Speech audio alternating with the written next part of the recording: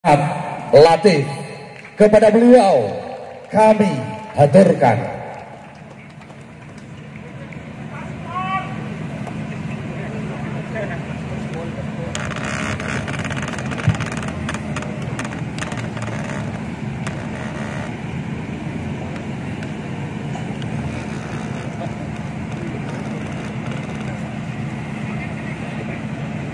Assalamualaikum warahmatullahi wabarakatuh.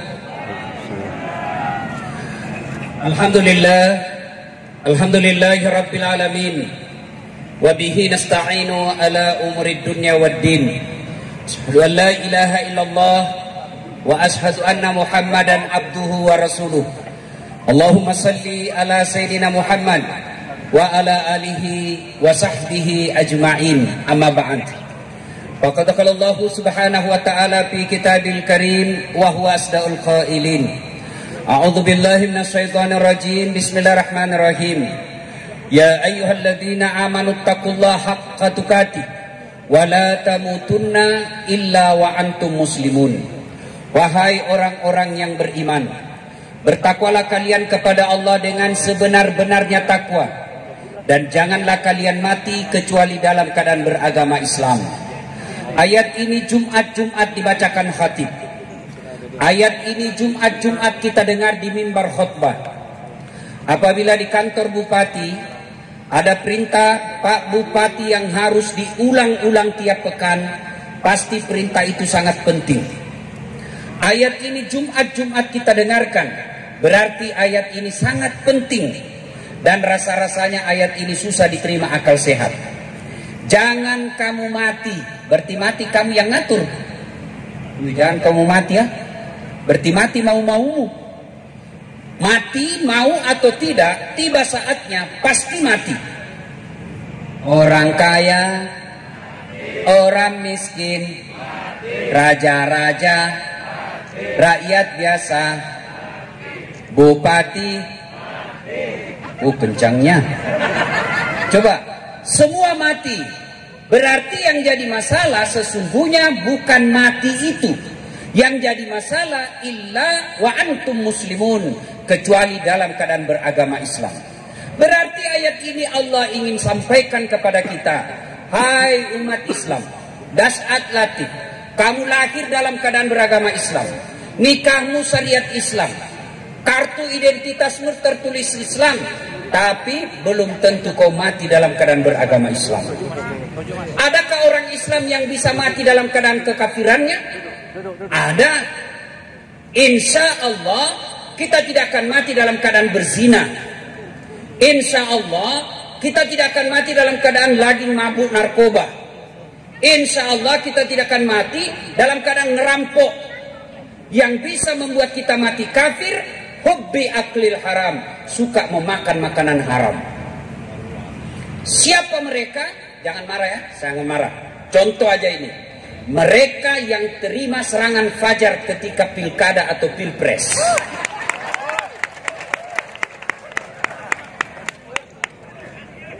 Ya, apa NPWP nomor piro, wani piro. Ini banyak yang begini. Kita larang calon bupati, kita larang anggota DPR nyogo, tapi kita terima duitnya. Ada enggak begitu di sini? Ada, enggak usah pencitraan, ada. Malah tulis siap menerima serangan fajar. Termasuk anggota DPR yang terpilih gara-gara nyogok. Termasuk ASN yang terpilih gara-gara nyogok. Maka selama dia makan gajinya, selama itu menurut jumhur ulama, selama itu dia makan uang haram.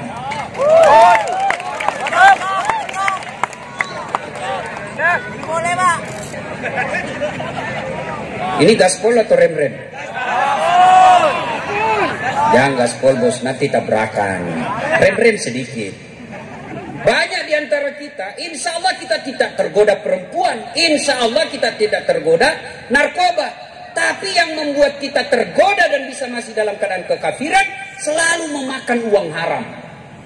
Termasuk diantaranya yang suka menerima SPG palsu.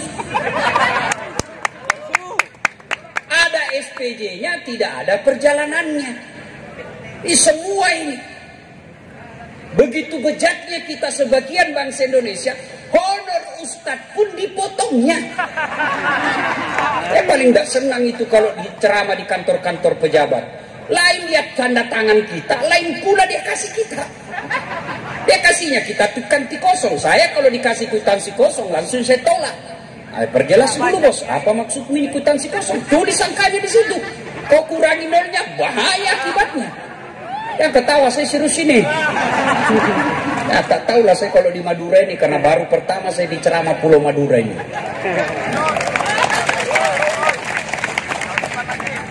Wa qala idzan Bismillahirrahmanirrahim. Ya ayyuhalladzina amanu dukhulu fis silmi kaffatan wa la tattabi'u khutuwatis syaitan innahu lakum adu mubin. Wahai orang-orang yang beriman, masuklah engkau ke dalam Islam secara sempurna, bukan Islam pencitraan, bukan Islam pilpres, tapi Islamlah secara benar. Wala tattabi'u khutuwatis syaitan, dan janganlah engkau ikuti langkah-langkah setan, karena sesungguhnya setan itu musuh yang nyata bagi kalian. Musuh kalian bukan polisi, musuh kalian bukan ulama, musuh kalian bukan pejabat, musuh kalian kata Allah adalah setan, di mana setan itu musuh yang nyata bagi kalian. Insya Allah kalau kita ceramah seperti ini, kira-kira ada enggak setan di tengah-tengah kita? Wih, masa ada setan di tengah-tengah kita?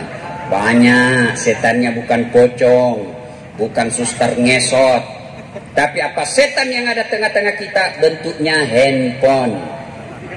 Apa ibu?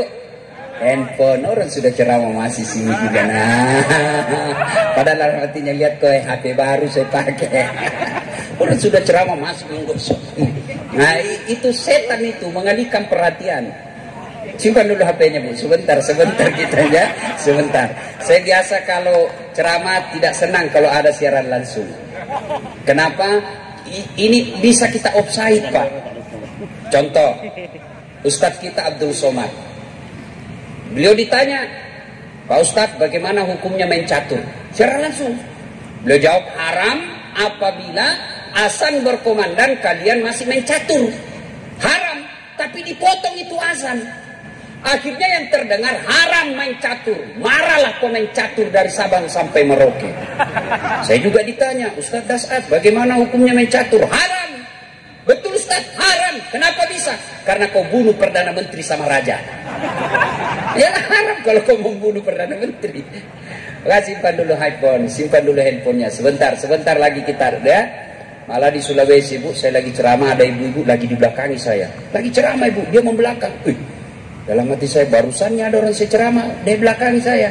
Ternyata diambil handphonenya, selfie. Baru dia tulis di Facebooknya, latar belakang Das'ad Latif. Saya dijadikan background. Kok kira saya pot bunga? Simpan dulu handphonenya. Malah selesai ceramah, coba lihat ibu nanti. Selesai ceramah dikejar lagi kita tuh. Ustadz selfie dulu Ustadz. Selfie Ustadz. Ulangi Ustadz. Kabur Ustadz. Ulangi. Saya dah bilang dalam hati. Biar kau ulang 5 kali. Namun kamu yang kabur. Simpan dulu handphonenya bu ya. Bisa? Bisa? Wa qala idzan bismillahirrahmanirrahim. Innallaha wa malaikatahu yusalluna 'alan nabi. Ya ayyuhalladzina amanu sallu 'alaihi wa sallimu taslima.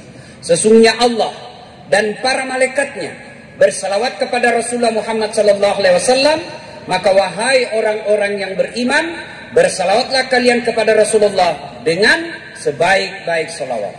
Suatu kali Nabi lagi duduk-duduk dengan malaikat Jibril. Tiba-tiba Nabi melihat ada malaikat 1 juta jari-jarinya. Bapak-bapak berapa jari-jarinya pak? Berapa? 10. Cacat dong. Ada kaki 20. Ini malaikat 1 juta jari-jarinya. Nabi kagum dan bertanya kepada Jibril, wahai malaikat Jibril, malaikat apa itu? Banyak betul jari-jarinya. Jibril menjawab, itu malaikat yang Allah tugaskan mencatat air ketika hujan. Lalu Nabi bertanya kepada Jibril, benar itu mampu dia catat? Ya silakan. Nabi tanya langsung, wahai malaikat, apa kau mampu mencatat air ketika hujan? Ya, ku catat yang jatuh di darat, ku catat yang jatuh di gunung, ku catat yang jatuh di laut. Semua aku catat. Tak setetes pun yang tidak aku catat ya Muhammad. Kira-kira ada yang mampu mencatat air hujan, Pak? Ada? Kenapa? Kenapa tidak mampu mencatat air hujan? Ya biar banyak, kalau jatuhnya satu-satu bisa saya hitung. Tapi ini jatuhnya bareng-bareng, jumlahnya banyak dan laju. Mana bisa kita catat? Tapi malaikat ini katakan, saya mampu mencatatnya ya Muhammad. Satu yang tidak mampu aku catat, apa itu?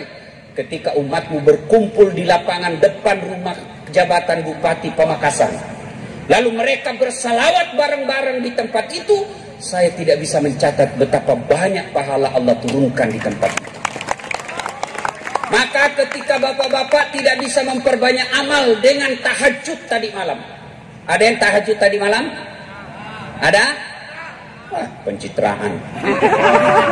Ada yang mampu Senin Kamis tiap pekan, tidak bisa memperbanyak amal dengan bangun masjid, tidak bisa memperbanyak amal dengan umroh tiap tahun, maka perbanyak amal dengan cara apa? Ketika berkumpul kita seperti ini, jangan lupa bersalawat bareng-bareng kepada Rasulullah Muhammad SAW, karena dengan salawat bareng seperti itu Allah turunkan betapa banyak kemuliaan di tempat itu. Maka saya mau ajak salawat, boleh?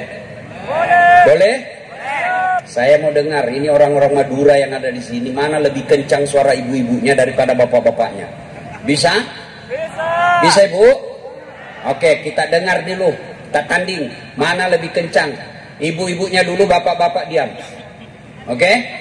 Nah, ibu-ibu dulu, ayo ikut Ibu. Ayo, insya Allah Allah mencintai kita dengan bersalawat kepada Rasulullah. Jangan malu-malu, keluarkan hati, keluarkan suara untuk menyebut kekasih kita. Salatullah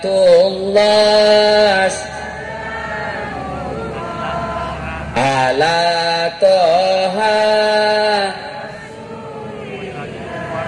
salatullah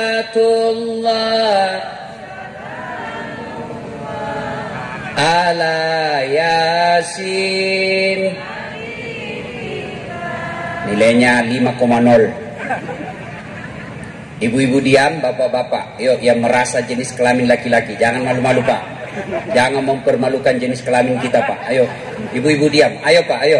Salatullah, yang di belakang, ala toha Rasulillah, salatullah,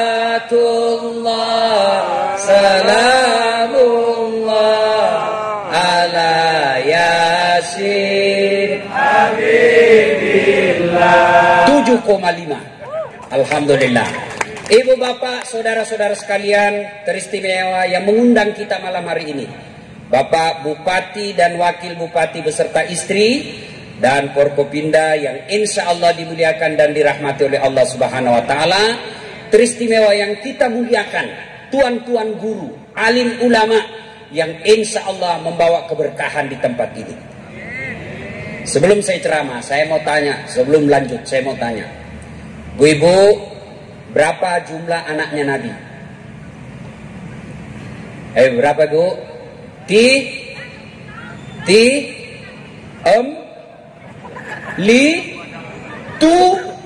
Bingung. Bapak-bapak, berapa jumlah anaknya Nabi? 6. Bingung sampean. Ayo, siapa yang tahu anak pertamanya Nabi? Saya kasih hadiah. Ayo, siapa nama anak pertamanya Nabi? Siapa? Jokowi. Siapa? Ayo, angkat tangan. Kesini saya kasih hadiah. Ayo, sini, saya kasih hadiah. Cepat, lari. Sini. Ayo, jangan buka Google. Ayo, cepat sedikit. Saya kasih kau hadiah. Nah, siapa nama anak pertamanya Nabi? Cepat. Nah, sebelum jawab ada passwordnya. Passwordnya siapa namanya neneknya Dasat Latif. Lain kali orang Madura kalau ditanya jangan langsung tidak tahu, jawab saja. Belum tentu mereka juga tahu. Nah, siapa nama anak pertamanya Nabi? Sayyidina Qasim. 100.000. Beda uang Ustadz dengan uang Kapolres. Monggo, matur nuwun, nggih. Nah, Bapak saudara-saudara sekalian, ini gunanya maulid. Coba, sekarang tadi saya tanya, lebih banyak yang tidak tahu berapa jumlah anaknya Nabi. Berapa? 7. Kalau tidak ada maulid seperti ini, nanti anak-anak muda kita milenial, mereka tidak tahu sejarahnya Nabi. Mereka lebih tahu penciptanya Facebook daripada junjungan kita Rasulullah Muhammad SAW. Maka ini tujuannya maulid. Saya dari Sabang sampai Merauke maulid. Bahkan sampai ke benua Eropa, ke Amerika. Saya maulid. Sama-sama hikmahnya dari Sabang sampai Merauke ke Eropa. Apa hikmahnya? Dengan hikmah maulid kita meneladani Nabi. So masalahnya bagaimana kita mau meneladani Nabi kalau sejarah Nabi kita tidak tahu? Zaman saya kecil, saya cepat tahu sejarah Nabi. Ibu saya tuturkan, nak Nabi kalau tidur begini, nak Nabi kalau minum begini, nak Nabi kalau bersahabat tangan seperti ini. Kenapa? Orang tua kita dulu tahu sejarah Nabi. Saya tahu sejarah Nabi melalui lagunya ibu saya. Ada lagu saya waktu kecil, ibu saya sambil cuci piring, dia nyanyi begini. Pada zaman dahulu kala, pada zaman jahiliyah. Saya tanya, kenapa sih zaman jahiliyah, Mak? Dia lanjut lagi lagunya sambil cuci piring.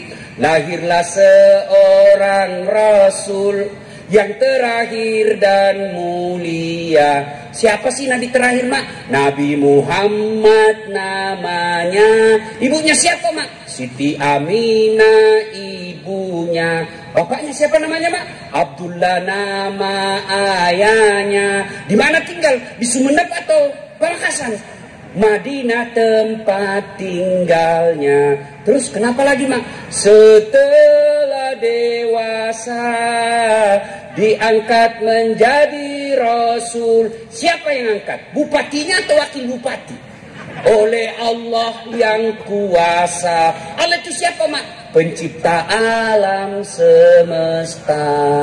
Itu lagu ibu-ibu dulu. Dari sebaik lagu saya tahu Nabi lahir zaman jahiliyah. Di mana Nabi lahir? Dari lagu itu kita tahu di Makkah. Di Madinah beliau hidup lama. Bapaknya siapa? Bahkan dalam kalimat tauhid, dalam sebaik lagu itu ada dalam tauhid itu. Apa itu? Siapa Allah? Pencipta langit semesta. Itu lagu ibu-ibu dulu. Nggak sarjana. Bukan anggota DPR suaminya. Sekarang lagunya ibu-ibu apa? Lagu ibu-ibu sekarang. Yo, yo ayo. Yo ayo, yo, yo. Yo ayo, apa? Yo ayo, ayo. Belen-belen. Putar ke kiri, no. Putarlah ke kanan, ke kanan. Apa itu lo belen-belen? Kita ketawa karena istri kita begitu toh. Katanya majelis taklim. Tiap bulan dengar pengajian, 4 kali dengar pengajian. Tapi kalau olahraga, bajunya sempit, roknya sempit. Di depan lah ibu-ibu. 1, 2, bapak-bapak di belakang. 3. Mana dah hancur majelis taklim kita sekarang. Ya, itu lagu. Dari lagu sebenarnya kita bisa menceritakan sejarah Nabi. Itu lagu ibu saya dulu kepada saya. Lalu sekarang lagu anak saya kepada anak saya ajarkan lagu. Anak saya namanya Ece. Ece itu panggilan perempuan bagi anak Bugis. Nak Ece, ini lagu. Hafal ini, nak. Anak-anak Nabi ada 7 orang, 3 laki-laki, 4 perempuan. Pertama Qasim, Abdullah, Ibrahim, Zainab, Ruqayyah, Ummu Kalsum, Fatimah. Ibunya bernama Siti Aminah, bapaknya bernama Abdullah, kakeknya bernama Abdul Muthalib, pamannya bernama Abu Thalib. Itu lagu. Dari situ anak saya tahu 7 anak Nabi. Pertamanya Qasim, 3 laki-laki, 4 perempuan. Ada dakwah syariat di dalamnya. Sekarang anak-anak kita siapa yang ngajari ibunya? Ibunya juga yang salam lagu. Lalai, panggil aku si Jablay. Abang jarang pulang, aku jarang dibelai. Dia sambunglah anaknya, pulang-pulangku berbadan dua. Lucu bunting dia pulang. Jadi dari lagu kita bisa mengajarkan sejarah Nabi. Nah, maulid ini juga sesungguhnya menceritakan sejarah Nabi. Supaya apa? Supaya kita bisa tahu dari kisah-kisah itu, kita bisa meneladani Nabi. Maka saudara-saudaraku yang tidak mau maulid silahkan. Tapi jangan menuduh kami yang maulid ini orang yang sesat. Ini banyak anak-anak sekarang hidupnya lebih banyak bikin dosa, tiba-tiba hijrah. Hah? Modal jenggot, celana jingkrang. Hah? Langsung semua bid'ah. Maulid bid'ah. Isra Mi'raj bid'ah. Taksiyah bid'ah. Jabat tangan selesai sholat bid'ah. Doa bersama bid'ah. Tidak ada pada zaman Nabi. Bos, kenapa Nabi, zaman sahabat, zaman Nabi, zaman tabi'in tidak ada maulid? Kenapa? Mereka hidup sesama dengan Nabi, mereka dekat dengan Nabi, mereka lihat secara langsung Nabi, mereka tahu sendiri sejarah hidup Nabi, mereka tidak perlu diceritakan. Kalau kita yang sudah 1400 tahun pasti lupa sejarah Nabi, maka ini pentingnya maulid. Maka yang baik silahkan Anda tidak mau maulid, tapi hargai saudaramu yang mau maulid. Betul. Ini hanya alasan, ini kan tidak pernah sama Nabi. Saya bilang, dek, kalau kau tidak pernah pada sama Nabi, sini kau dulu. Tolong sampaikan sama itu ustadzmu, jangan dia ceramah pakai mic. Karena pada zaman Nabi tidak ada mic. Ini bid'ah ini, bos.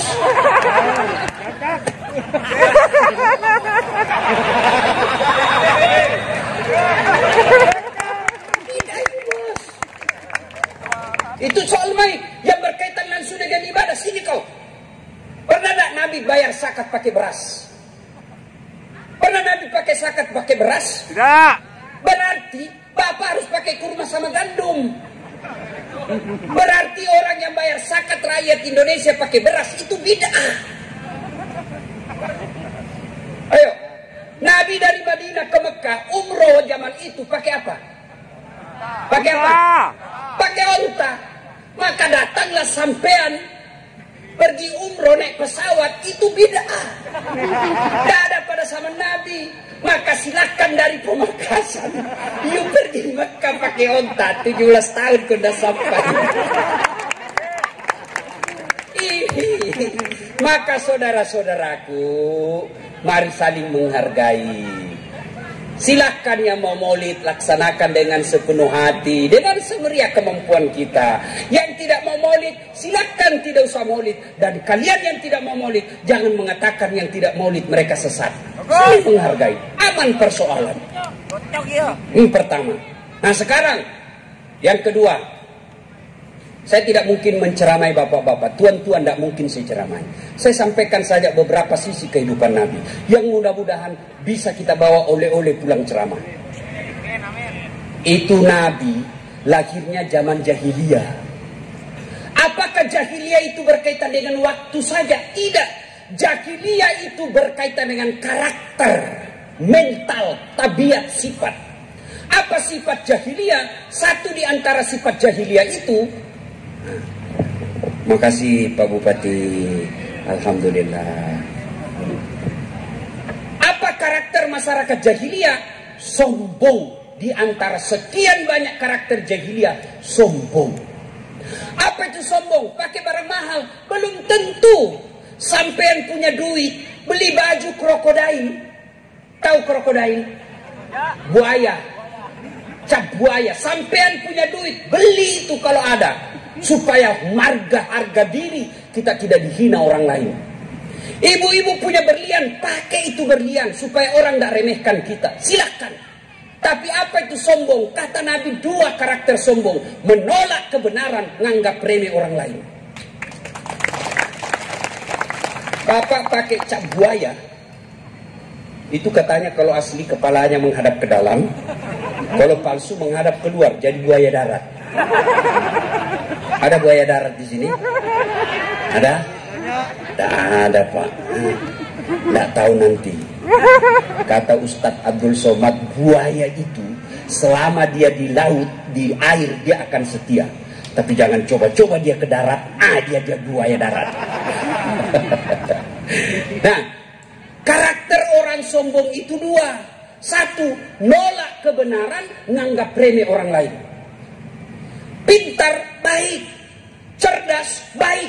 Tapi merasa diri paling pintar, tidak baik. Benar, baik. Tapi merasa diri paling benar, tidak baik. Kenapa? Sombong. Dan pintu masuknya sombong, kata Nabi, ada 4. 1, bertambahnya ilmu. Ini ulama bisa di dalamnya. Penceramah bisa di dalamnya. Setan itu ibarat pemain musik. Dia tahu gendang yang cocok untuk seseorang. Kalau orang ilmu, dia datangi dengan cara apa? Sombongnya, merasa diri paling pintar. Jangan sombong gara-gara ilmu. Allah jelaskan dalam Al-Quran, wa ma utitu minal ilmi illa qalila. Saya tidak kasih kau ilmu kecuali sangat sedikit. Saya kalau ada orang sombong sekali, hebat, merasa diri benar, sini dulu. Tolong kau terjemahkan saya artinya alif lam mim. Ada yang tahu artinya alif lam mim? Ada? Itu baru alif lam mim. Mana kau mau sombong? Kau sudah tidak tahu alif lam mim. Jangan sombong gara-gara ilmu. Allah marah, dia cabut kau punya ilmu. Pikun. Mana ada obatnya pikun sampai sekarang? Ada di Makassar. Banyak betul gelarnya, Pak. Kalah-kalah gelar saya. Tapi sombong betul. Begitu mau pensiun, mulai pikun-pikun. Diprotes sama istrinya. Pak, biasanya kalau kau mau pergi mengajar, kau cium-cium jidatku. Ini sudah hampir 10 hari, kau tidak pernah lagi cium saya. Kata suami dalam hati, astagfirullah. Berarti siapa saya cium selama ini? Ternyata pembantunya.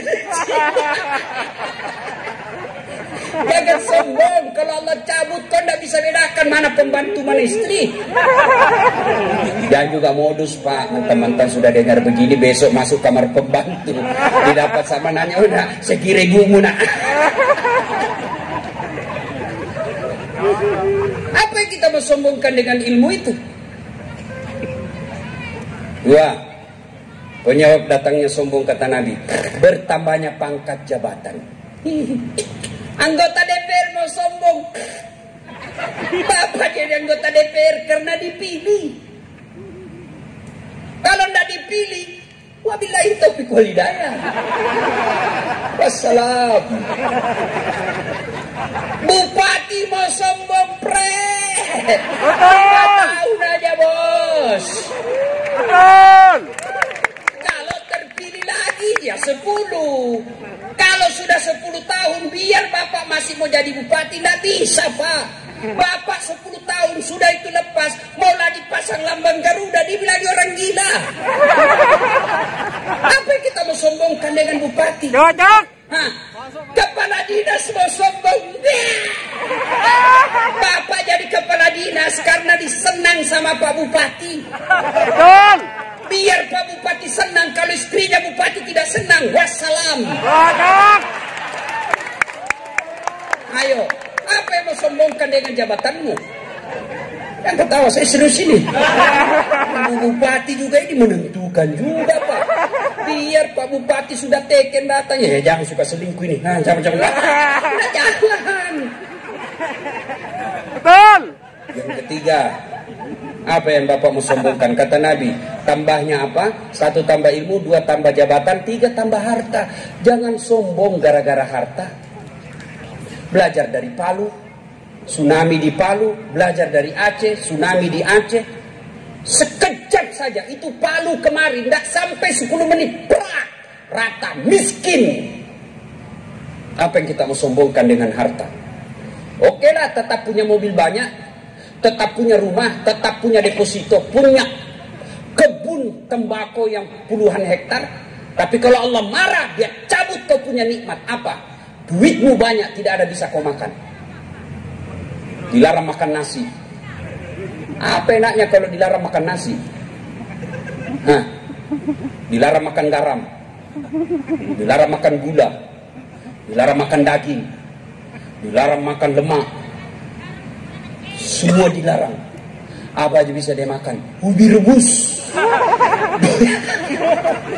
Duit 7 miliar cuma ubi rebus dia aja. Cilaka ngana. Apa? Duitnya betul, mobilnya harga 4 miliar Pak. Mobil harga 4 miliar. Baru 10 menit dalam mobil stres. Hati-hati kanan kiri. Rem. Apa yang kita mau sombongkan? Kata Nabi yang keempat penyebab datangnya sombong, bertambahnya ibadah. Yang tadinya malah sholat, tiba-tiba hitam jidahnya gara-gara sholat. Dianggap remeh semua orang Pak. Saya pun dimaki-maki di Facebook. Apa kau dasar cerita sunnah-sunnah kalau maulid, kau tidak pelihara sunnah. Kenapa kau tuduh saya tidak pelihara sunnah? Dia bilang buktinya kau tidak pelihara jenggot. Ya mau di apa kalau tidak mau tumbuh?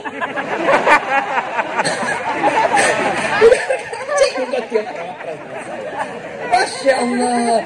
Bos, adik-adik remaja, hijrah itu bukan sekedar bicara Arab. Afwan, jazakallah, kaifahalu, kullu nafsin saikatun.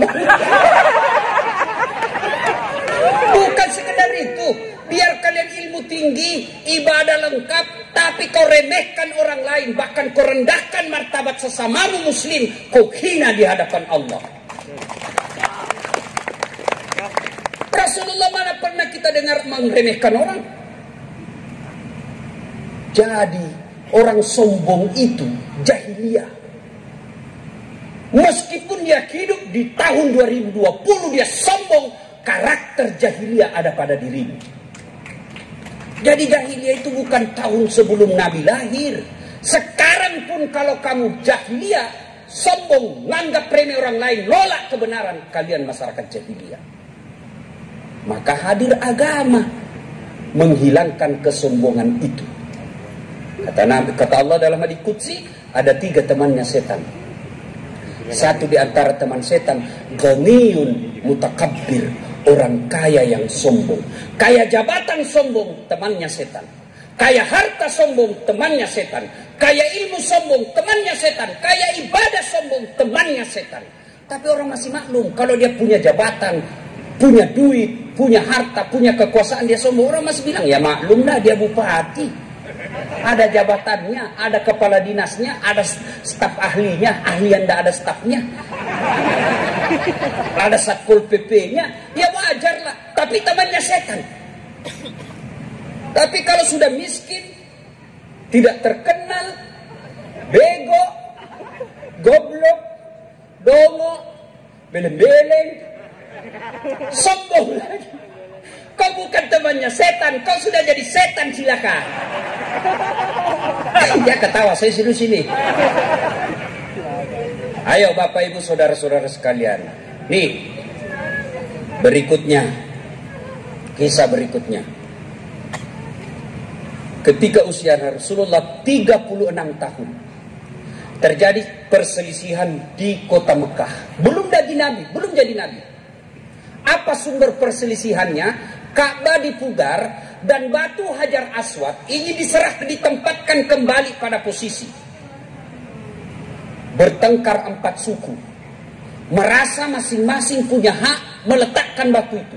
Kira-kira kalau di Pamekasan ini, orang Madura katakan saya lebih berhak, orang Jawa kata kami lebih berhak, orang Bugis kalau ada kata kami lebih berhak, kemudian orang Betawi katakan kami lebih berhak. Mereka bertengkar 4 suku di Mekah ini. Berhari-hari tidak ada solusi. Akhirnya satu di antara kepala suku berkata begini aja, daripada kita ribut tidak ada ujung pangkalnya, kita tunggu besok siapa orang pertama yang lewat di pintu itu. Dia tunjuk satu pintu, kira-kira pintu masjid lah kalau sekarang. Siapa yang lewat di pintu itu besok, dialah yang kita tunjuk untuk menunjuk siapa yang angkat batu di antara kita ini. Gimana saudara-saudara sekalian? Setuju? Setuju. Tunggu besok. Tunggu. Oh, ternyata siapa orang pertama yang lewat di pintu itu? Dialah Muhammad bin Abdullah, yang masyarakat Makkah menggelarinya sebagai manusia Al-Amin yang dipercaya. Kira-kira di Pamekasan ada diberi gelar Al-Amin? Ada? Ada anggota DPR Pemakasan dikasih anggota DPR Al-Amin.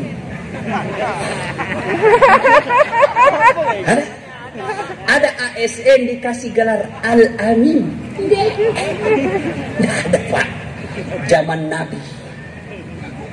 Belum lagi diangkat jadi Rasul, usia remaja, Nabi sudah diberi gelar Al-Amin, yang terpercaya.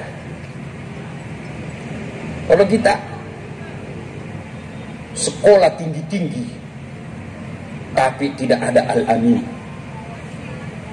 maka disepakati, oke, setuju, ini cocok sudah ini.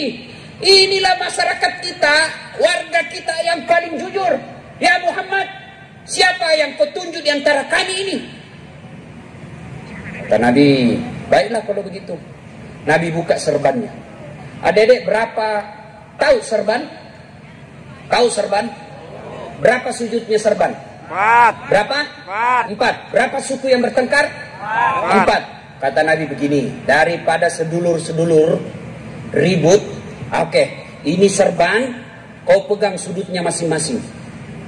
Pegang sudutnya masing-masing 4 kepala suku, lalu daripada sedulur-sedulur ribut, sampean ribut, kita angkat bareng-bareng. Setuju? Setuju. Begitu diangkat bareng-bareng, ayo, pegang masing-masing, kita letakkan sama-sama. Setuju? Setuju. Kembalilah batu Hajar Aswad di posisi semula tanpa ada perselisihan. Akhirnya Rasulullah menunjukkan pandai manajemen beliau mengatasi masalah tanpa masalah. Oh, tahu juga orang di sini Pegadaian. Masya Allah. Artinya apa? Kalau kalian mencintai Rasulullah dan ingin meneladani Rasulullah, maka jadilah umat yang pandai, cerdas. Begitu pentingnya ilmu pengetahuan dalam Islam. Ayat pertama turun bukan perintah puasa. Ayat pertama turun bukan perintah sholat. Ayat pertama turun bukan perintah zakat, bukan perintah haji. Tapi apa yang Allah pertama turunkan? Iqra, baca. Berarti umat Islam ini tidak boleh menjadi umat yang bodoh. 4 sahabat Nabi. Pak Bupati mohon izin. Kalau Pak Bupati ingin mengangkat staf ahli atau tim sukses, ini 4 karakter sahabat Nabi yang perlu dicontoh. 1, Abu Bakar Siddiq. Beliau sangat arif dan bijaksana. Maka harus ada yang dekati bapak orang yang arif dan bijaksana. Yang kedua, Umar bin Khattab, yang digelari dengan Al-Faruq, yang artinya tegas, haram, haram, halal, halal, tidak ada kompromi. Umar bin Khattab. Jangan penjilat. Ya, siapa. Ini yang merusak bupati ini. Biar salah siapa. Ini yang merusak pejabat kita ini. Menjadi feodal. Biar salah dibilang siap benar. Yang ketiga, Utsman bin Affan. Pengusaha dermawan. Bukan pengusaha pelit. Yang banyak yang dekat-dekat pejabat ini kan pengusaha, tapi pengusaha serakah. Dia mau ambil semua proyek. Ini yang rusak bupati. Mesti Utsman bin Affan hartanya diberikan untuk kemakmuran umat. Pak Bupati, ambil saya punya perusahaan, yang penting makmurkan masyarakat.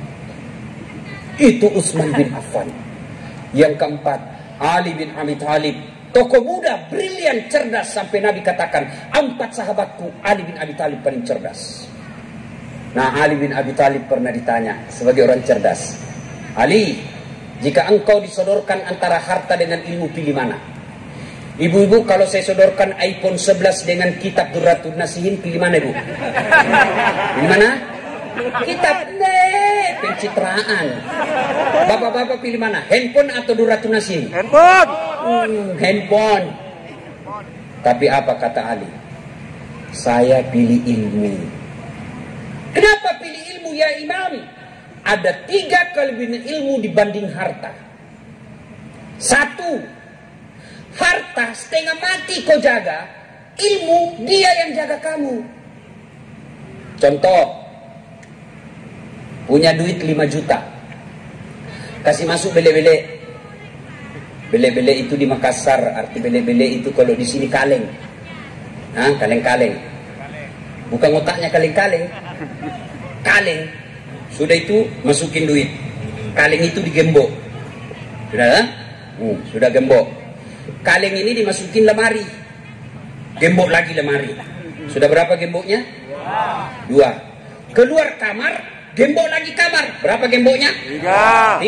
Keluar rumah, gembok lagi pintu rumah. Berapa gemboknya? 4. Keluar pagar, gembok lagi pagarnya. Berapa gemboknya? 5. Sampai kantor bupati hilang kuncinya. Setengah mati kita jaga itu harta, Pak. Tapi ilmu, dia yang jaga kita. Mana buktinya? Pak Bupati, ada Satpol PP yang jaga. Polisi setengah. Ini kan Satpol PP ini kan polisi setengah, tidak ada tembaknya. Biasa juga ada tembaknya, tempatnya saja, pada ada pistolnya. Ya. Dijaga, Pak. Kemana-mana ada polisi ngawal. Kemana-mana dikawal sama polisi lah, JPR apakah itu. Itu dijaga dikawal, Pak. Kenapa jadi dikawal? Karena jadi bupati. Kenapa jadi bupati? Karena cerdas. Mana buktinya? Dengar sambutan tadi. Masih muda. Dan programnya mencerdaskan kehidupan masyarakat. Ini pengejawantahan, penerjemahan daripada Iqra, baca. Apa itu? Berikan beasiswa masyarakatnya. Tinggal kepala dinas, pilih yang bagus-bagus, bos. Jangan pilih yang dekat. Jangan pilih karena dia hanya karena pesantren keluarga. Jangan, itu merusak sistem. Betul. Pilih yang betul-betul mampu. Biar dia tidak mampu, tapi ada yang tidak mampu, ada yang cerdas. Yang cerdas diprioritaskan. Bukan sekedar tidak mampu, tapi cari yang tidak mampu dan cerdas. Maka tidak ada alasan masyarakat Pamekasan tidak cerdas. Kenapa? Kalian sudah dikasih beasiswa.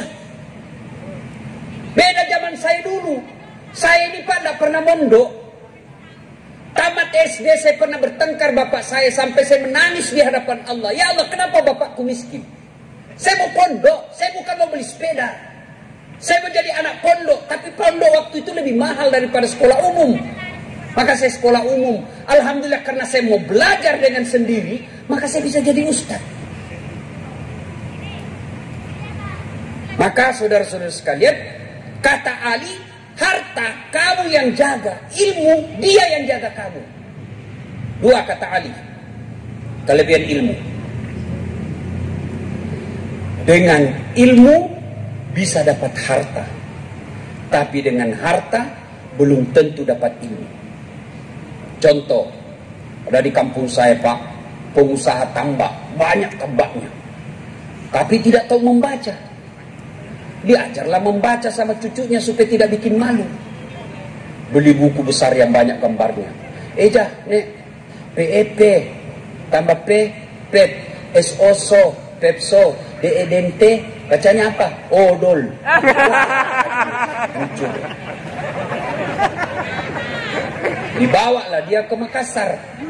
Masuk di mall. Tahu mall kan? Di dalam mall ada tangga lift. Dan naik turun itu. Begitu masuk mall, terbuka itu tangga lift. Dia eja itu. Open. Besar betul pembikin kuenya ini. Open di kampung saya itu open. Bahasa Belanda pembikin kue mentega. Dia bayangkan. Besar betul pembikin kuenya ini orang di kota. Terbuka pintu lift, Pak. Ada orang Tionghoa masuk, dia teriak, "Woi, ada utama, apa lah bahasa Bugisnya? Jangan ku masuk, panas di situ, jangan ku masuk." Masuk ini orang Tionghoa, tertutup pintu. Beberapa saat kemudian terbuka, keluar orang Afrika.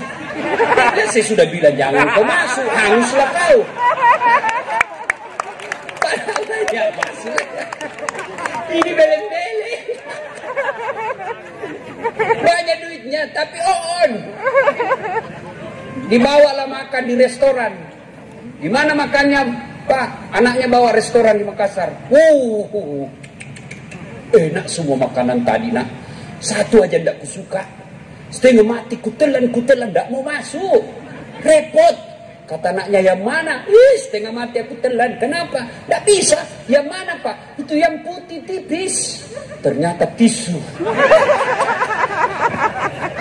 Karena dilihat orang sudah makan pada gini, dia telan itu tisu.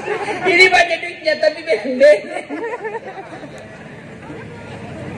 Kata Ali, dengan ilmu kau dapat harta. Mana buktinya? Apa Pak? Orang pusing harga tiket naik. Saya tidak pernah pusing soal tiket. Kenapa? Bukan saya yang beli. Siapa yang beli? Bupati. Ayo Pak. Hebatnya lagi, pergi tidak bawa uang, pulang. Maka belajar adik-adik sekalian. Ini kita punya pemakasan. Kalau kalian anak muda milenial, adik-adik santri, adik-adik usia sekolah, kalau kalian tidak sekolah, maka kalian akan menjadi penonton di kabupaten tanah kelahiranmu. Sekarang belajar. Tidak ada alasan tidak belajar. Kenapa? Pemerintah sudah siapkan beasiswa. Oh, bayangkan tadi sinet videonya, bayangkan Pak, gulung-gulung rokok. Kalau saya itu, saya akan ganti gulung-gulung rokok dengan buka-buka Quran. Mungkin karena di Pemakasan banyak tembakau. Di situ bisa masuk iklan perusahaan rokok. Tapi tidak mungkin Pak Bupati memberikan beasiswa yang begitu banyak untuk menarik anggaran pembangunan struktural, pembangunan infrastruktur. Makanya dibutuhkan kehadiran perusahaan-perusahaan di kabupaten ini. Mereka lah yang nanti diharapkan CSR-nya, bantuan perusahaan memberikan beasiswa kepada anak-anak yang ada di Pemakasan. Tapi tidak mungkin perusahaan masuk kalau ada teror terus. Teror, tidak bisa masuk. Ya betul ini. Saya tidak tahu kalau soal itu Pak. Nah ibu bapak saudara-saudara sekalian, ilmu ini penting. Yang ketiga, kata Ali, ya, harta kau kasih orang berkurang, ilmu kasih orang nambah. Saya punya duit 1 juta, saya kasih ke anak santri 500.000, maka duit saya berkurang jumlahnya tinggal menjadi 500.000. Tapi kalau saya tahu Al-Fatihah, saya ajarkan kepada anak santri saya, maka ilmu saya nambah. Ayo nak Al-Fatihah. Begitu dia hafal, tidak mungkin mana surah Al-Fatihahku saya, di mana hilang kepalaku ini Pak. Nambah. Itulah disebut amal jariah. Dengan catatan, garis bawahi, kasih stabilo, kasih stempel merah, cetak miring, tebal. Dengan catatan, puncak dari semua ilmu itu adalah akhlak. Itulah sebabnya Al-Quran mengajarkan kepada kita, Iqra, baca ilmu ekonomi, baca ilmu politik, baca ilmu tasawuf, baca ilmu antariksa, baca ilmu kepolisian, baca ilmu pemerintahan. Dengan catatan, Iqra bismi rabbikal ladzi khalaq, atas nama Tuhan. Kalau bapak cuma cerdas otaknya tapi tidak punya akhlak, maka bapak ibu bisa lebih hina dari binatang, kata Al-Quran. Mau bukti? Tahu bajing? Tahu bajing? Apa dia makan bajing?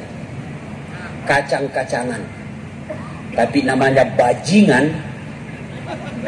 Aspal dia makan. Tembok gergaji dia makan. Besi beton dia makan.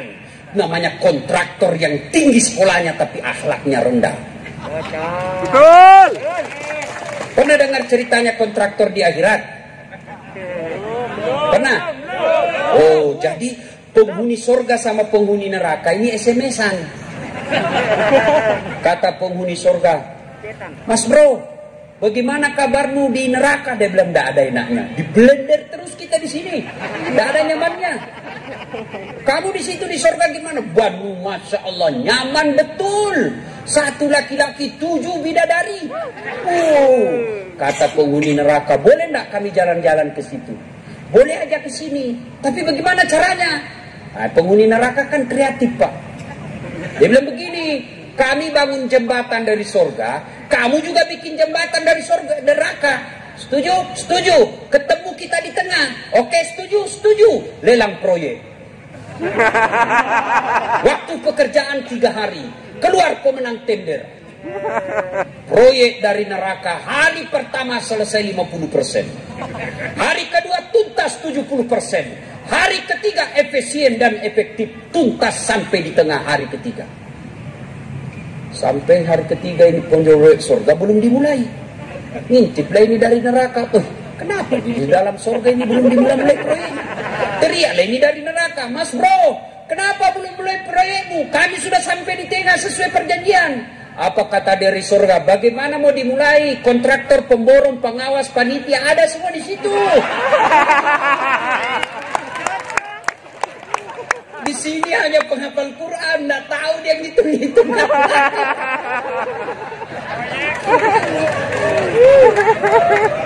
Ada begitu. Itu kontraktor di negara lain, bukan di Pamekasan. Kalau anggota DPR pernah dengar? Pernah dengar di anggota DPR di surga? Masuklah penghafal Quran dalam surga. Tiba-tiba dia protes, ini penghafal Quran. Kenapa? Dilihat banyak anggota dewan. Kenapa bisa banyak anggota dewan di surga? Di negara saya banyak ditangkap gara-gara korupsi dan asusila, banyak kelakuannya. Dia datanglah protes sama malaikat. Malaikat, kenapa bisa itu banyak anggota dewan di sini, di surga? Dia bilang, penghuni surga, penjaga surga, "Nggak usah keribut, dia cuma reses. Sebentar lagi dia." Salatullah salam ala toha rasulillah. Salatullah ala yasin habibillah. Tuh kisah berikutnya. Suatu kali Nabi pulang dari dakwah agak lama. Begitu lamanya, rindu betul Aisyah. Rindu Aisyah. Akhirnya Aisyah menyambutnya di pintu kota Madinah. Bukan lagi di rumah beliau, di pintu kota Madinah disambut. Gembira betul Aisyah.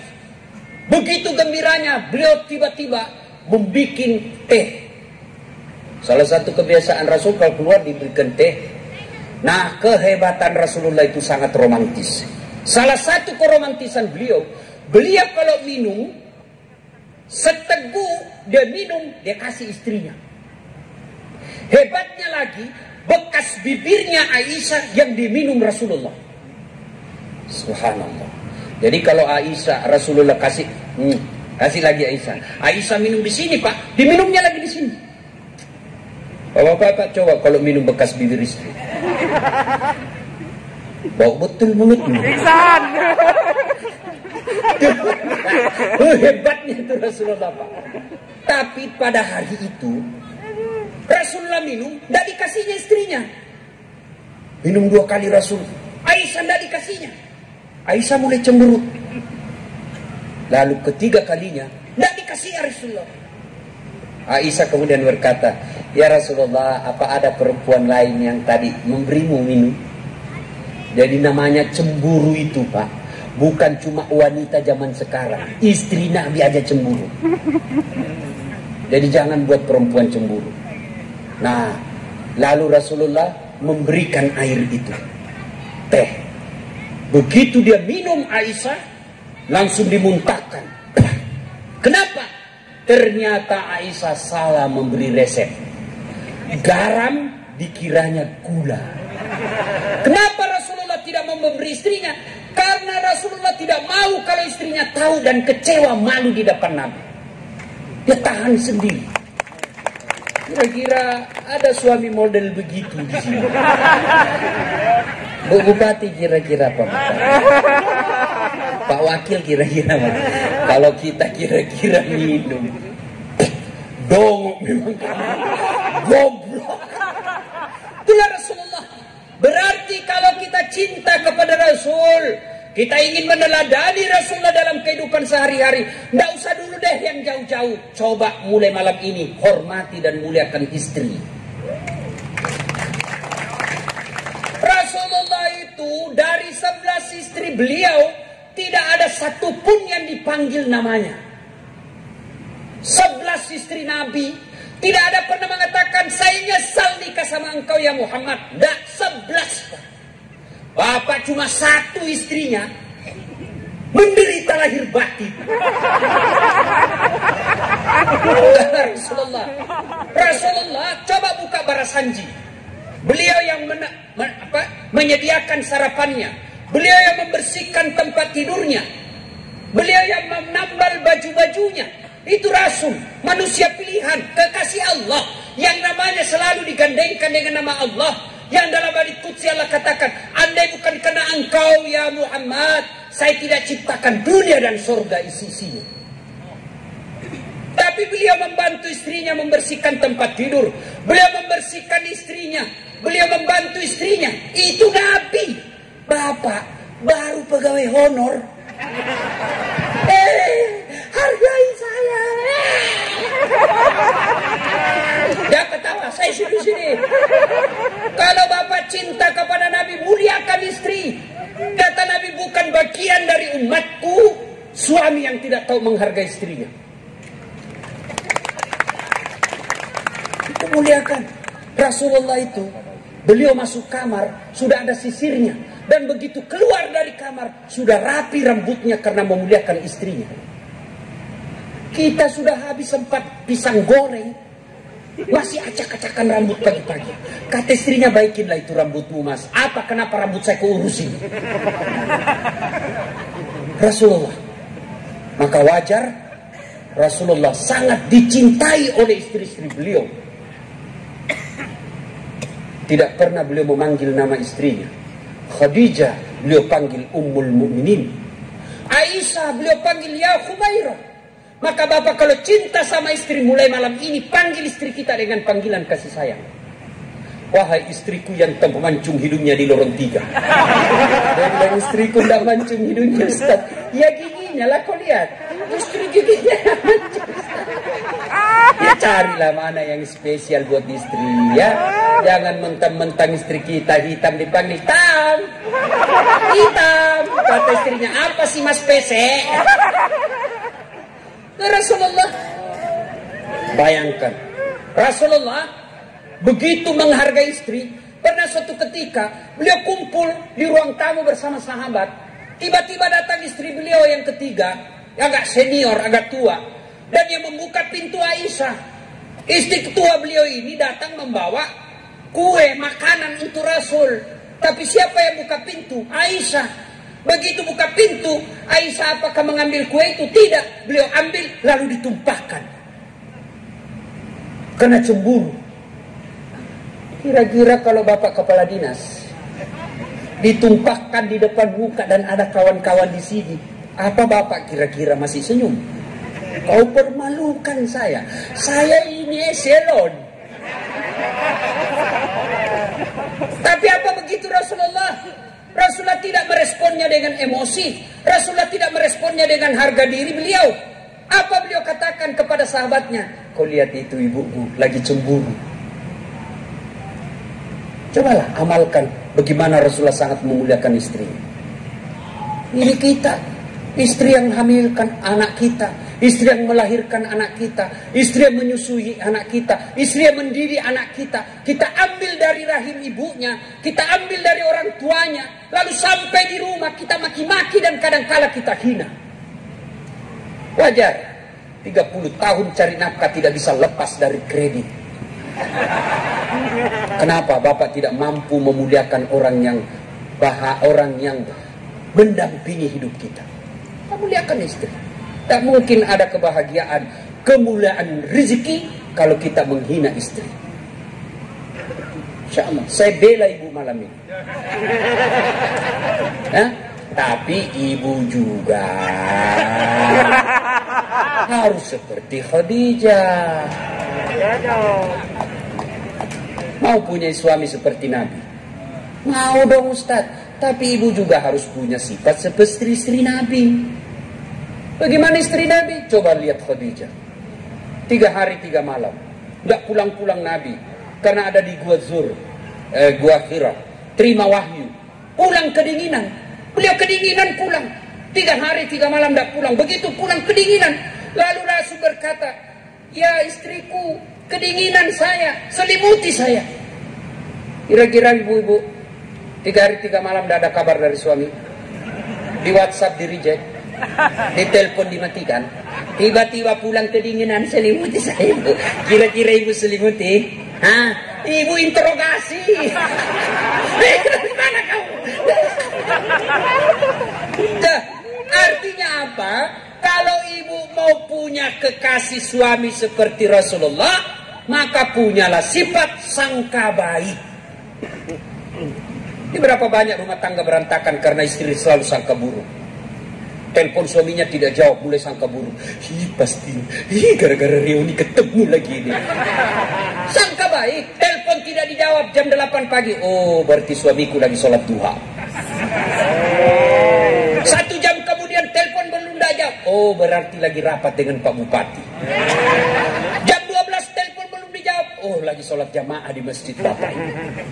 Tiba-tiba sore masuk WhatsApp. Saya lihat suamimu, wih bonceng cewek, cantik betul. Oh, berarti suami saya lagi nge-grab. Enak perasaan. Tidak ada bahagianya orang yang selalu sangka buruk. Sangka baik. Sangka baik. Berapa banyak rumah tangga berantakan gara-gara motivasi sangka buruk. Yang dia sangkakan belum tentu terjadi. Sangka baik aja. Tidak usah terima, tidak usah diperiksa terus itu handphone.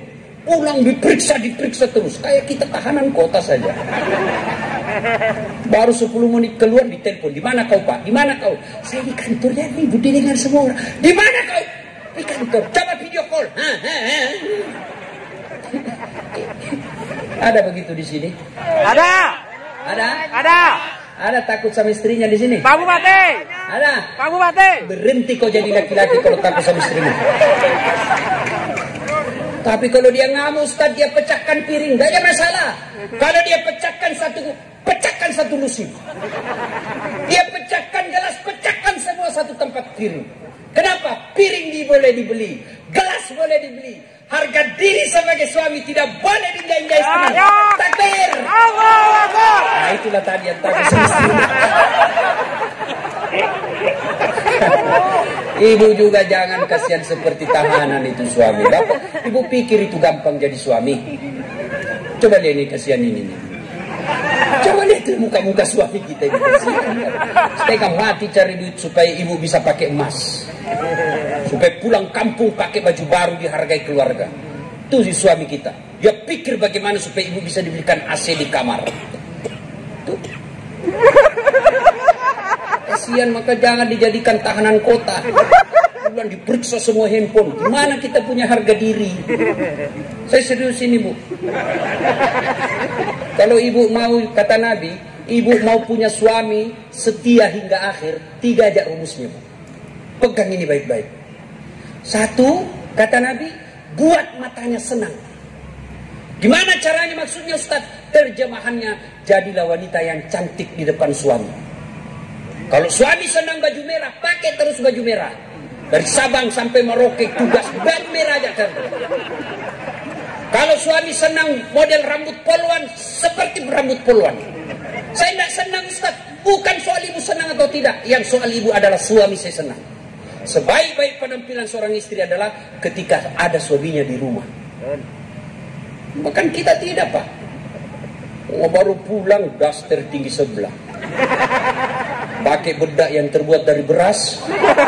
Oh, penuh semua ini, dikasih mentimun matanya. Tidur, angkat kaki. Bagaimana kita tidak cepat sakaratil maut?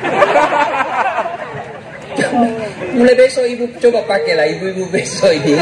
Ibu besok kalau perlu mau pulang suaminya pakai baju renang. Itu resep Nabi. Buat matanya senang. Yang kedua kata Nabi, buat perutnya terisi, kenyang. Maka masaklah masakan kesenangan suami. Sekali-kali telepon suami, kalau tidak bisa tiap minggu, sekali sebulan. Terima gajinya, terima honornya, WhatsApp suami kita. Pak, jangan lupa, jangan makan di luar hari ini. Hari ini semasa spesial buat Bapak. Senangkan kita sebagai suami. Langsung dikasih lihat semua teman di warung kopi. Kau lihat ini, istri soleha, ini makanan suami istri saya. Oh, luar biasa. Bu, pernah WhatsApp suaminya begitu? Kalau Bapak pernah menerima WhatsApp, jangan makan hari ini di luar, Pak. Paling yang Bapak terima, jangan lupa singgah beli gas. Disuruh singgah beli gas, padahal pangkatnya kapten. Iya. Kok tahu Ustaz? Ya saya pernah rasakan. Astagfirullah. Saya pulang tasya, tiba-tiba masuk WhatsAppnya mamanya cek di rumah. Ustaz habis pembalut. Innalillah. Tak mungkin sopir saya suruh beli untuk istri saya. Udahlah saya bersinggah. Mudah-mudahan tidak ada yang kenal saya. Begitu saya bayar di kasir, tiba-tiba nyelonong ibu majelis taklim. Iya Ustaz beli pembalut. Saya langsung spontan, saya bilang, biar ibu daripada saya melahirkan. Gitu resepnya Pak, supaya tidak tersinggung. Apa resepnya? Jangan bayangkan harga diri, pakai ilmunya Umar bin Khattab. Umar bin Khattab itu perkasa jantan. Setan iblis saja minggir kalau ketemu Umar bin Khattab. Umar. Suatu ketika ada sahabat ingin melaporkan istrinya. Kenapa? Istri sahabat ini suka ngomel. Mudah-mudahan dipanggil Umar untuk dinasihatin. Ke rumahnya Umar. Begitu dekat dengan rumah Umar, dilihatnya Umar juga dimarahi sama istrinya. Balik, bupati aja dimarahi. Besok ketemu, ya Amirul Mukminin, saya lihat Anda kemarin ngomel sama istri, diam-diam aja malah senyum. Dengar jawaban, dengar sedulur-sedulur. Dengar jawaban Umar. Begitulah cara saya berterima kasih kepada istriku yang telah hamil, melahirkan dan menyusui anak saya. Coba, ibu-ibu masih ingat waktu hamil? Ada enggak enaknya ibu hamil? Oh, enggak ada enaknya. Jalan aja setengah mati. Mana ada ibu hamil langsung duduk aja. Enggak, dia pelan-pelan duduk. Duduknya pakai standar samping.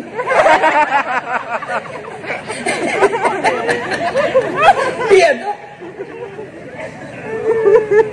Kalau kita kan pasti repotnya paling waktu ngidam. Ustaz, apa doanya supaya berhenti ngidam? Saya bilang, ngidam apa istrimu? Dia bilang, nanti dia bisa tidur kalau dia lihat saya di atas lemari, Ustaz.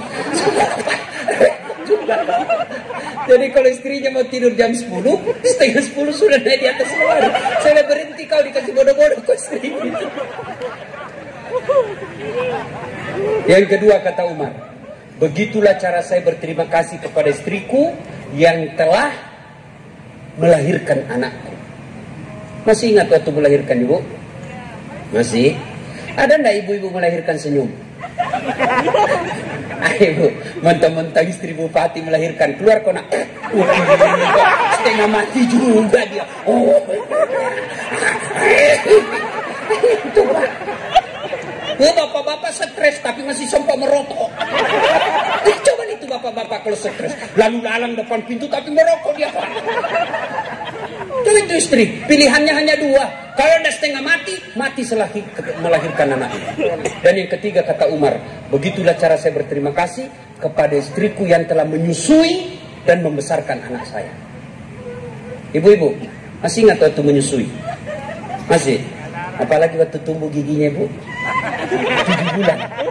Kenapa bapak yang ketawa? Bapak pernah rasakan?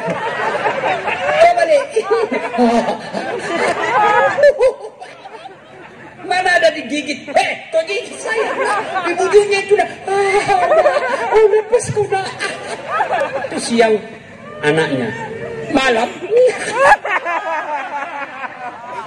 Makanya Umar bin Khattab tidak pernah tersinggung ketika istrinya ngamuk-ngamuk. Itulah sebabnya ketika Nabi ditanya, ya Rasulullah, setelah Allah dan Rasulnya siapa yang saya taati ya Rasul? Apa jawaban Nabi? Ibumu. Setelah itu siapa ya Rasul? Ibumu. Setelah itu siapa? Ibumu. Setelah itu siapa? Bapakmu. Ibu, ibu, ibu. Kenapa? Mengandung, melahirkan, menyusui. Ibu, ibu, ibu, bapak. 3 ibu, 1 bapak. Jawab. Paham? Paham. Paham? Paham. Nah, ibumu, ibumu, ibumu, bapakmu. Berarti 1 bapak, 3 ibu. Kalau berani, berani sampean. Ya. Berani. Nah, ibu bapak, saudara-saudara sekalian, berarti kalau cinta kepada Rasul, teladani Rasul sebagai suami, ibu teladani Rasul menjadi seperti istri Nabi. Bapak, saudara-saudara sekalian, banyak yang ingin kita sampaikan, tapi waktu yang terbatas. Insya Allah lain waktu dan kesempatan kita akan lanjutkan. Dan pada akhirnya, apapun dan siapapun kita, ada pada diri Rasulullah Muhammad SAW. Kalau Pamekasan ini mau sejahtera, lahir dan batin, bukan dari sumber daya alamnya. Coba lihat Saudi Arabia. Tunjukkan saya Saudi Arabia ada sawahnya. Tidak pernah saya melihat sawah.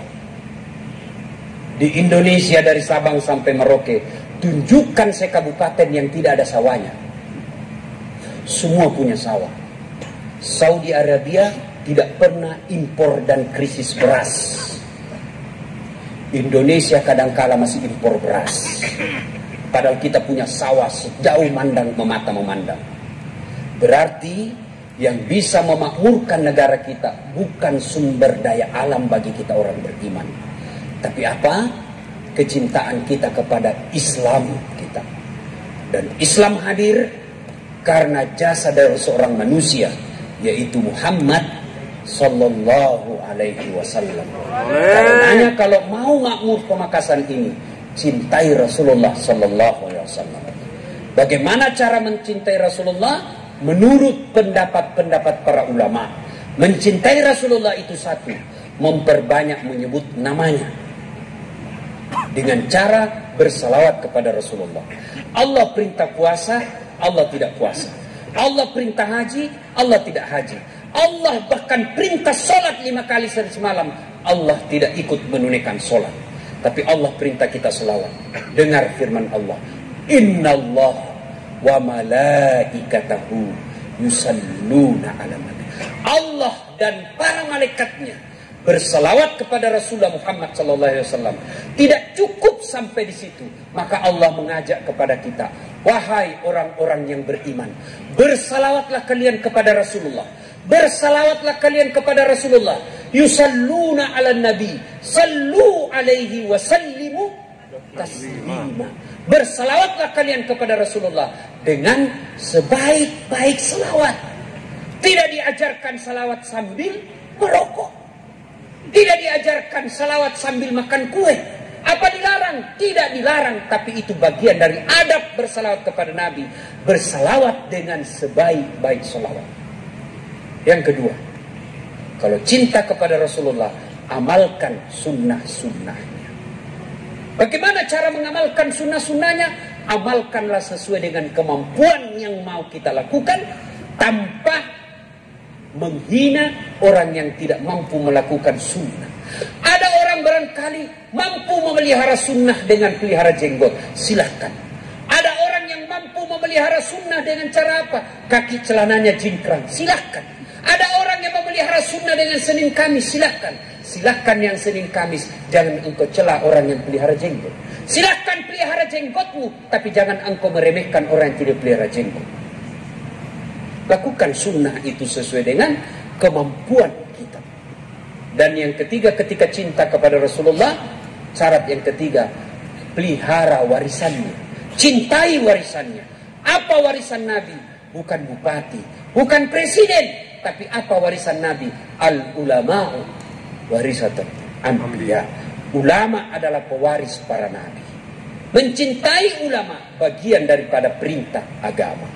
Suatu kali ketika pintu surga dan neraka sudah mau ditutup, yang artinya penghuni neraka sudah abadi, penghuni surga sudah abadi. Begitu pintu neraka mau ditutup, Allah perintahkan kepada malaikat penjaga neraka, malaikat tunggu dulu, jangan dulu kau tutup. Masih ada satu hambaku, angkat dia masuk ke dalam surga.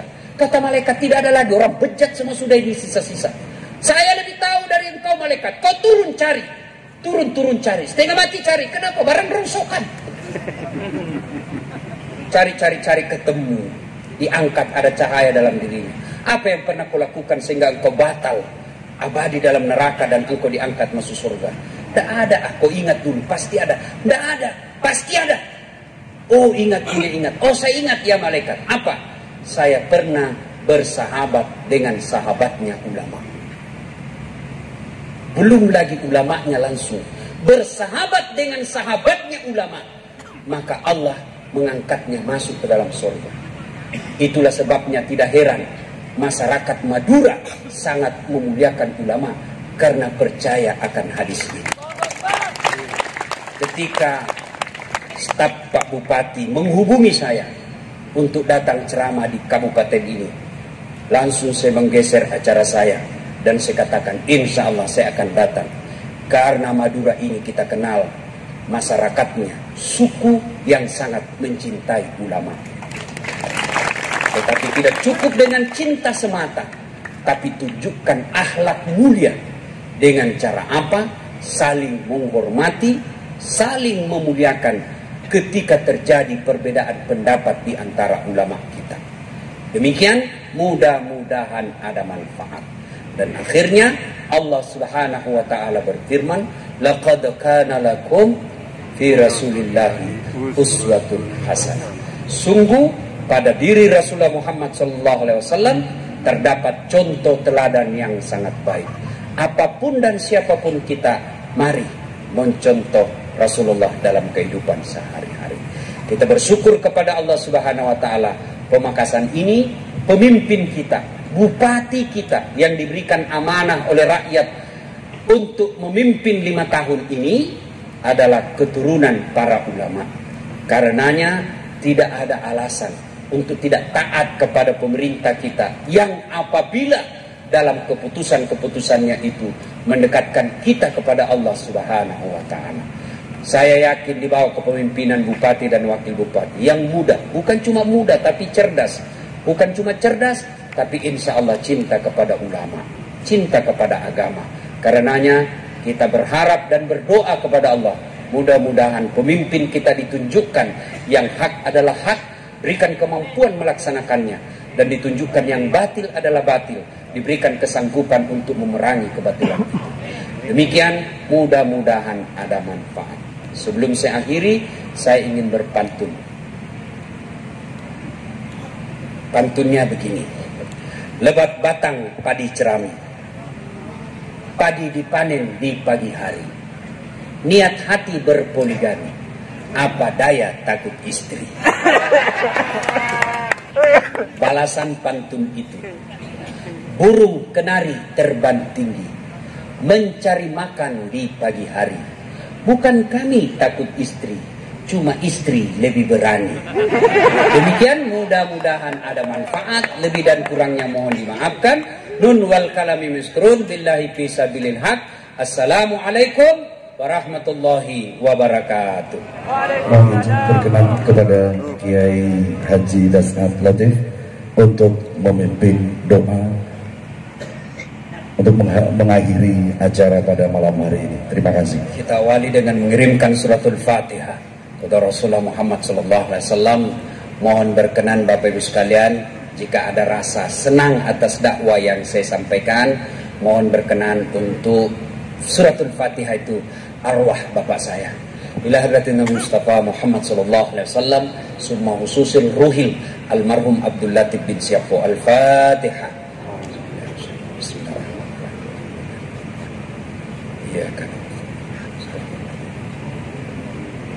Amin.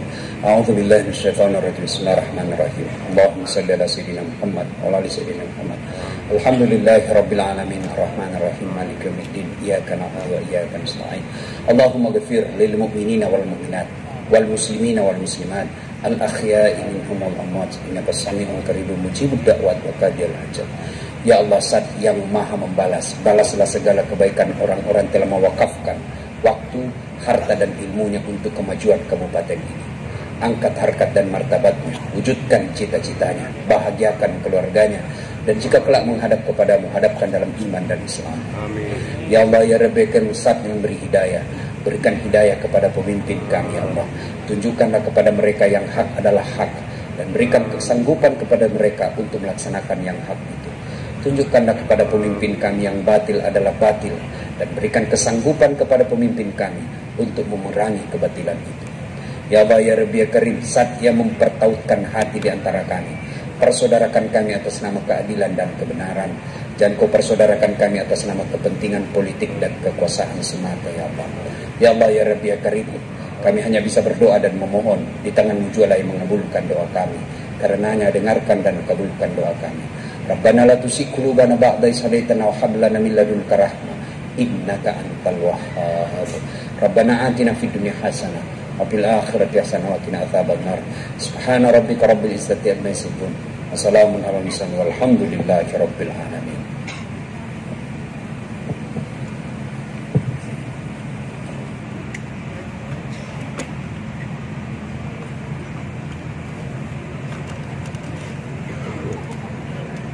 Terima kasih kami sampaikan hadirin dan perundangan yang kami hormati. Demikianlah rangkaian acara yang kita laksanakan pada malam hari ini. Terima kasih atas perhatian dan kehadirannya. Mohon maaf atas segala kekurangan. Akhirul kalam, wabillahi taufiq wal hidayah. Wassalamualaikum warahmatullahi wabarakatuh. Allahumma salli ala Muhammad.